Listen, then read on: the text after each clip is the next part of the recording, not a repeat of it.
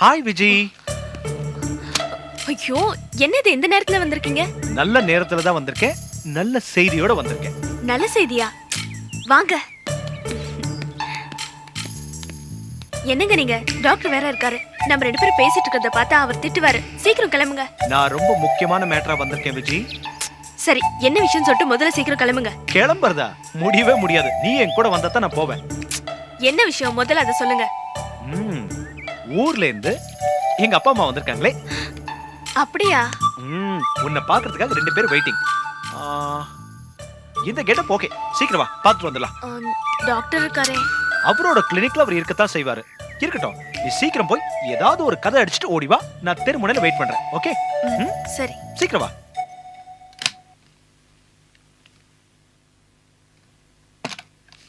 வா விஜய், என்ன விஷயம்?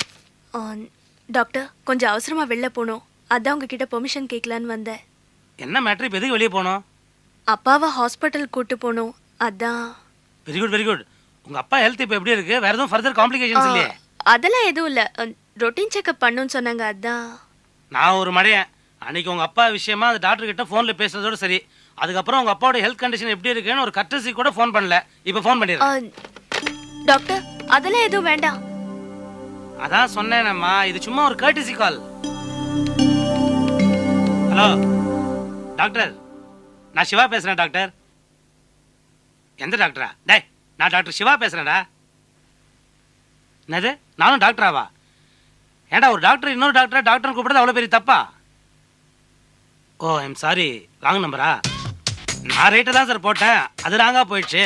அது ஏன் நீங்கள் இவ்வளோ ராங்கா திட்டுறீங்க? ஃபோனை வச்சிருங்க. அதுக்கே சார் இவ்வளோ கண்டுபிடிலாம் திட்டுறீங்க? நானே வச்சிடுறேன். ஏமா, ஃபோனில் ராங் நம்பர் போகிறது அவ்வளோ பெரிய தப்பான காரியமா? எவனோ ஒருத்தன் நாய் மாதிரி வல்லு வல்லுன்னு விழுறான். இது ஏடா கூடமான நேரத்தில் ஃபோன் பண்ணிட்டேன் போல இருக்குது. என்ன சிரிப்பு?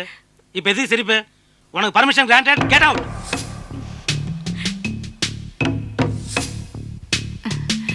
நான் தான் இளங்கோட அம்மா. 10 மாசம் அவனை சுமந்து பெத்தவ. இவரு அவன் அப்பா. வணக்கம். இருக்கட்டுமா? அடடே, முழுசா சொல்றதுக்குள்ள கால்ல விழுந்துட்டியே. என்னது? என்ன சொல்றீங்க?